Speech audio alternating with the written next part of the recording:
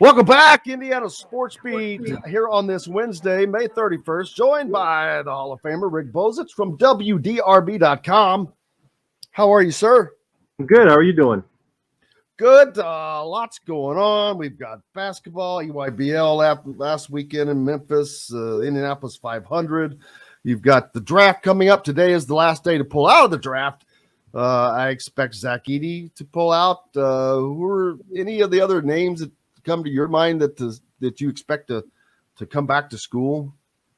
Well, I mean, Kentucky's probably got more at stake than any school in the country. They got three guys in there: Oscar Tshiebwe, Antonio Reeves, who's their best three-point shooter, and Chris Livingston, who, was a highly rated recruit, had some good games and some not so good games as a freshman. But they absolutely have to get at least one of those guys back, and probably two. So they've got as much as anybody on the line today. Does Tshiebwe come back? I mean, does he stay in the draft? I've heard it both ways. I mean, financially, it makes more sense for him to come back to Kentucky because he's probably not. A lot of people don't even think he'll get picked. If he does get picked, he'll get picked in the second round, and he's going to have to battle to make it in the NBA. But on the other hand, does he want to spend another year in Lexington, in the college environment, or get on with his new life as a professional basketball player? So my guess is, I was going to say, has he missed the boat as a pro? Because we keep year in, year out, while we see these top 20 players are usually freshmen, and the longer you wait, it's kind of, the further away it seems to get. Also, though, we see this Miami team right now that's made the NBA Finals getting 56 points a game from undrafted free agents. Right. So it's like I'm talking out of both sides of my mouth here.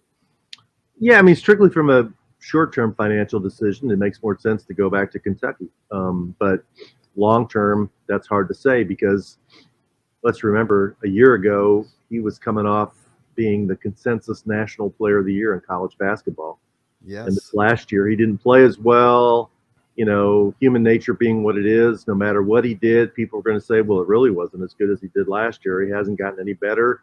And the team, didn't make a big run in the NCAA tournament again. So I don't know. I mean, I guess if I were him at his age, I would go ahead and move on. But on the other hand, if I don't know how much to believe. You've heard people say he's made anywhere from clearly over $1 million to $2 million at UK. That's that's he may never make that much money again in a year. So I don't know. I'm just sitting here thinking, last year, Zach Edey was the player of the year. Year before that, Oscar Tshiebwe. The year before that, Luka Garza. Luka Garza, I think, is on an NBA roster. I think he's on Milwaukee, yeah. Yeah, I don't think he plays a lot, but I think he's on a roster. But to think that the last two college players of the year are not only not on NBA rosters, but are probably not going to be on NBA rosters. That is just mind-boggling to think about. Yeah, it's a reminder of the different style of play of the NBA and college basketball. The college basketball, especially in the Big Ten, big men really are valued. In the NBA, not as much. And I like Zach Edey. I think he's a tremendous player. But when I look at him for the NBA, I said, where's he really going to play a bunch? I don't know. I mean, he's going to have to broaden or expand his game in some way to do that. And I'm sure he can. Tshiebwe's another one, though. I mean, he's got to be able to shoot the ball. It's the same. We've gone over this with Trace Jackson Davis, all these guys. You got to be able to shoot the ball to play in the NBA. Definitely from 12 to 15 feet, but now it's almost even you got to be able to shoot the ball from the three-point line. So can those guys add that element to their game? Usually by this point in your career, if you're not that good of a shooter from three-point line, you're not going to be one. Absolutely. Tonight, the event down in Hubers in Starlight, Indiana, the first and last opportunities to talk to coaches Woodson, Allen, Morin as well since the season and until the season comes back close around. So this is kind of a big deal for that. Of course, the question will undoubtedly come out about Indiana and Kentucky. Which I'll let you ask it this year. it's an annual question that someone asks, but just funny that because it's close to the border there. But that's always a big topic amongst other things. This is the first year that this is going to be an NIL event for Indiana, and that is, I'm not saying it's huge, but it's just another step that Indiana is taking to go in this direction, to make sure that they're trying to maximize every benefit they can along the NIL trail. Yeah. I think, I've been going to this thing for a long time, all the way back. I think my first coach that I went to one was Mike Davis, maybe. So be interested to see how it differs from the way it's been the last, 15 years there. I mean, Crean was still the coach when it was at the winery, I think, right? It's 10 or 15 years there where, they come in that one room on the north side of the building for a while and hang out, and then they go into the big banquet room that's usually packed and talk in there. But I'm wondering if they're going to have, since it is an NIL event, will there be players there signing autographs? There will be? I don't know. I know there will be some players there. Okay. I don't know. And when I say players, athletes, I don't know what all and who all it's going to be. But I do know that there will be athletes there. Yeah. And in the past, Fish moderates and the coaches all get up and talk for a little while. And, this year, will there be somebody there from the collective get up and say, this is what we're doing. This is why it's important. This is what we need from you. Will there be a pitch to get people who are there to, contribute to the collective? I would imagine that that's going to be the case, right. And doing other things that they can.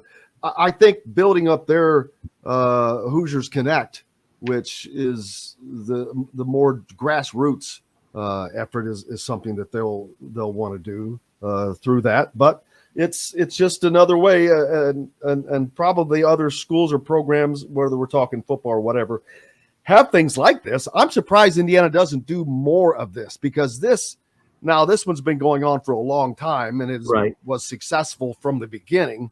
But it was successful from the beginning because it started with Bob Knight, which that gives you a pretty daggone good foundation to build off of. But they've continued, and I'm just surprised because that one's so far south that they're not doing one in Richmond, or not doing one in Terre Haute, and not doing one in Kokomo or Fort Wayne, etc. Right. So we'll see. Yeah. Yeah. I mean, there are a lot of pockets around the state. If you have a lot of Indiana fans and former Indiana athletes, and obviously you could pick Muncie or Anderson, that area where you get people together from a variety of cities. North side of Indianapolis for sure, or south side of Indianapolis. But as you mentioned, the fiber of this one does go back to Bob Knight when he used to come down here, and it was a private event. The media wasn't invited, and he raised money for the IU library. And I think it was sort of an invitation only thing in the beginning. I mean, very, very few details used to get out, because I think it was a pretty no holds barred, candid discussion by Bob Knight. We know which direction that could go. I think Billy Reed got to go occasionally because he was that tight with Coach Knight. But yeah, it was a big deal back then, and I'm glad it's continued. And I mean, even in the lean years, you'd go and there's always at least 700 to 800 people there. In the last few years, when interest has picked back up, there's been 1,100, 1,200 people in that place. I mean, last year. I don't think there were any seats available. No. If you don't have a ticket now, I don't think you're getting in. Right. But I could be wrong. Who knows? And we pull up. The thing starts at 6 and get there at 5, and there's people lined up to get inside when we get there. Oh, a line of people waiting to get in. Yes, absolutely, and it will be packed. And it'll be fun to see. And this is the first time anybody's seen Mike Woodson since the end of the season, right? And he's had his surgery. Yeah. So that's true. I forgot about that. Yeah, it'll be interesting to see if they do bring any of the basketball players. I do know that most of them, I talked to Ja'Kai Newton, and he's I think moving in today. Okay. I think today is move-in day, as a matter of fact. Okay. So For summer school.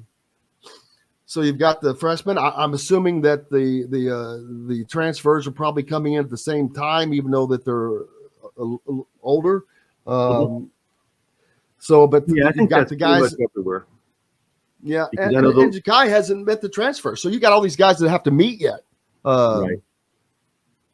Yeah, I know hasn't happened. Louisville. I was over there last week talking to somebody, and the players were coming back this week. And I just read, I think, that Reed Shepherd, Mr. Basketball in Kentucky, is not going to be allowed to play in the Kentucky-Indiana All-Star game because he has to start practicing at UK, which really is absurd in my opinion. But It is. How does John Calipari do that and not look at that like that as a slap in the face at Kentucky, at the state? Because first of all, they can't beat Indiana in this series. It's like me trying to, beat Shaquille O'Neal in a down low, post up Shaquille O'Neal or something. It ain't going to happen. So they get some great players, and it's like, why do you do that? I mean, that to me, that's good. It's good karma. It's, I hate to use the word advertise. It's good marketing for Kentucky to their Kentucky base, because their team is never Kentucky based. They never have kids that actually play that are from Kentucky. Right. Very rarely has that been the case for a long time now, but this one's got a shot at it. Yeah, I think that this year, although I'm still against the decision, this year it's a little bit more understandable because Kentucky is going to Montreal to play in some tournament in early July. So they're starting practicing early with games in mind. It's not like they're just doing summer workouts, trying to get ready, team building exercises. They actually are going to play games. And until we find out how many of their players are pulling out of the draft today, they've only got 7 scholarship players. So Shepherd, is needed. But what I'll say on the other side of it is the Indiana-Kentucky All-Star game, which used to mean a lot, doesn't mean as much as it used to. And we've seen the same kind of emphasis or commitment to this thing from the Derby Classic. When once Cal became the coach at Kentucky, it got really hard to get UK players to play in the Derby Classic because they were going to play in the Jordan Brand game and the McDonald's All-American game. And without Kentucky players in the game, interest in that game continued to decline, and now it isn't played anymore. So, it's part of the whole John Calipari way of doing things, of, everything that happens with him and his program trumps what happens elsewhere. We've got a lot of flip-flop. Purdue flip-flop. You got Zach Edey. I fully expect him to be back at Purdue next year at West Lafayette without question. As you said, where is he going to play? So I fully expect him to withdraw from the draft and be unproduced. Purdue would be, how bad would Purdue be lost without him next year? I'm never going to say that about a Matt Painter team because they always overachieve. He'll put Caleb First or somebody at center and play a little bit smaller and, figure out a way to do it. So, but they definitely better. They'd be better with Edey for sure.